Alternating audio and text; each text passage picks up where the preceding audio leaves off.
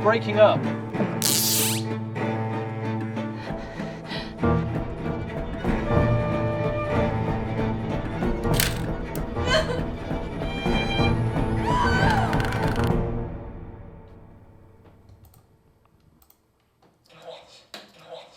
I love you so much.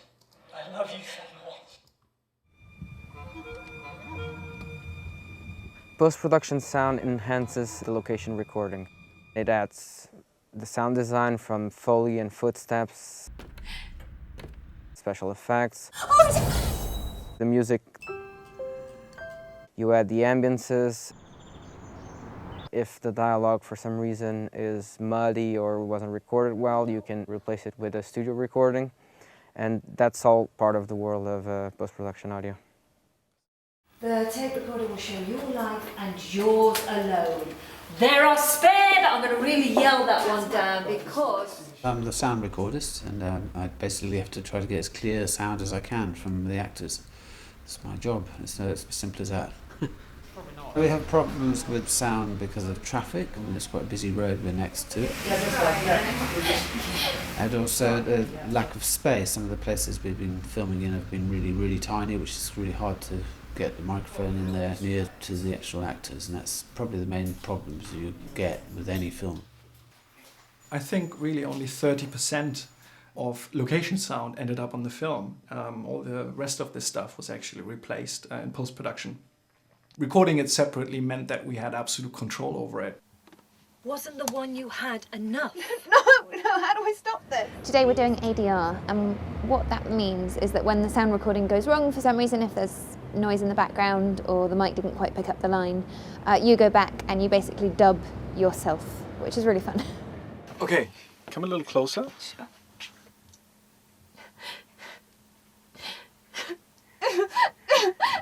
One of the trickiest things about recording the ADR is trying to match the emotion that you had at the time. Because when you're doing the ADR, you're locked in quite a small recording space, and your words tend to fit your surroundings. So if you're in a big open place like I am now, my voice is quite loud and it's projecting. Whereas if you're in the studio, you don't usually get that naturally, so you have to put that on. Hang on, you're breaking up. I think you should be raising your voice at this point. You're breaking up. The trickiest thing about ADR generally is the timing. They give you beeps, like beep, beep, beep, and then you begin speaking, and it's quite hard to get that exactly right. You really have to lip sync with yourself. No, not this one. No, not this one. No, not this one. Yeah. Okay, so I'm going to try a few different things here. The point is, plot-wise, we need to show that it's a possible future, that it's not set in stone like the past is. It's just one possibility. It's one possibility. It's not pre-recorded. A possible future. So this one, we want a completely different performance here. Yeah, We want yeah. much more There are compassion. spare batteries under the counter. There are spare batteries under the counter. There are spare batteries under the counter.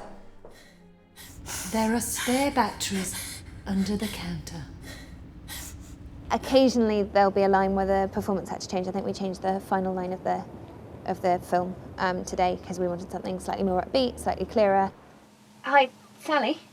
It's Kate. Kate? Yeah, I'm sorry, I've been out of touch. Look, you don't want to grab some lunch, do you? I thought you'd join a monastery. Come on, come and have some coffee. Yeah, that's it, I think. Yeah. I just wanted to make sure we ended the movie on the right Yeah. tone there. Yeah. Cool.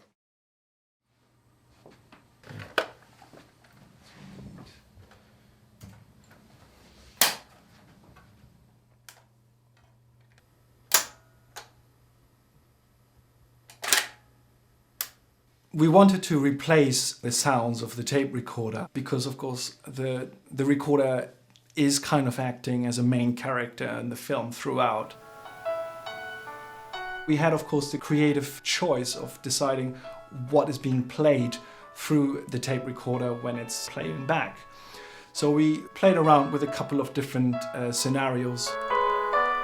Please turn over the cassette now. One was the premonition scenario, where we tried to play back from the tape a scenario that would pre-occur.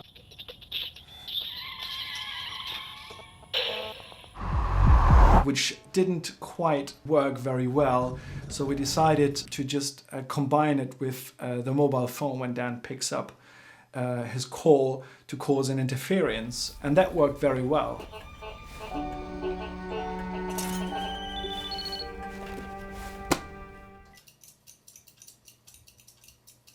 The interior of the shop, we wanted to give some character with the grandfather clock, so really you very subtly always have clocks ticking in the background. As a matter of fact, clocks are actually accompanying the film throughout and structure it and give it a theme. The tape recorder is playing the clock every time it's running.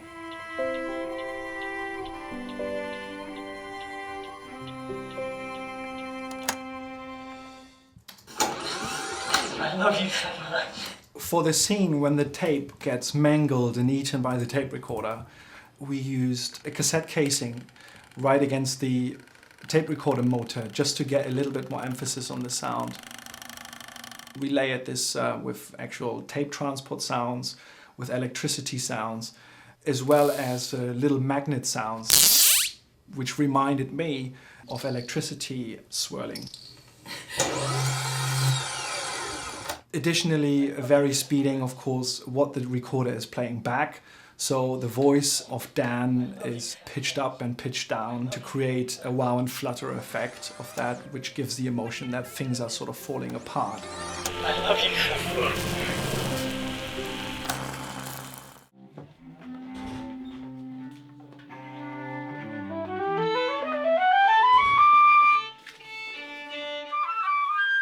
I originally got involved with the Stop Eject because I'd worked previously with Neil Osman. We'd worked together on a film called Soul Searcher, and I think he wanted a sort of similar sort of sound using real instruments. You know, with modern technology and things, you can get some fantastic sounds, but I don't think you can quite beat live players. But, you know, live players, you have to deal with people, you have to have all the parts written, you've got to think time, logistics, there's the cost, there's the playability of it, the performances that they give to it. A little bit less maybe. I can see why people want to use computer music or computer generated music, because they can take away a lot of them problems.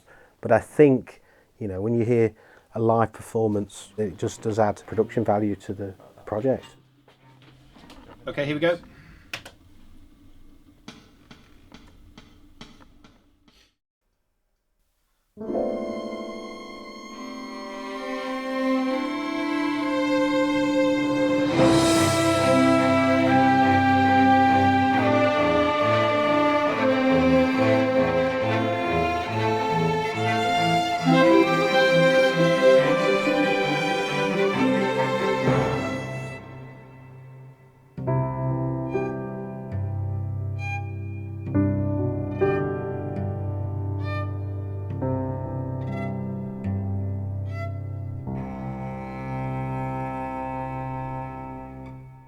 I wanted to do something a little different. The idea with the time travel and everything, originally I wrote a piece that sort of reflected that.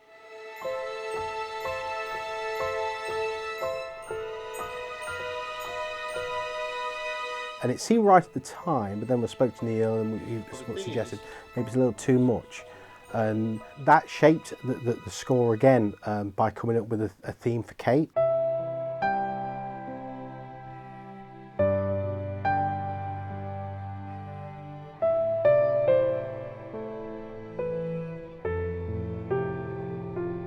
I wrote this short melody, which evolved a little bit, and then the rest of the score was based on that. It is a fine line to write music that has grief. There was the proposal scene, which I thought was quite a happy time and a happy moment. Sent it away for review with Neil, and Neil suggested that it needs to be more sort of sadder, a little bit more sort of pathos, I suppose. And I think it works much better.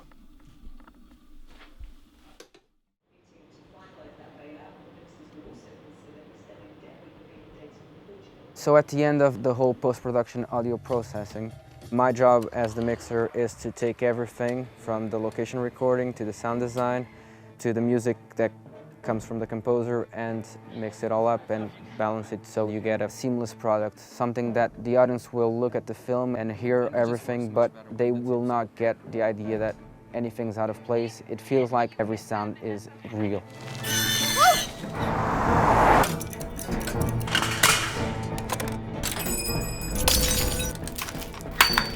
It made a really awesome noise.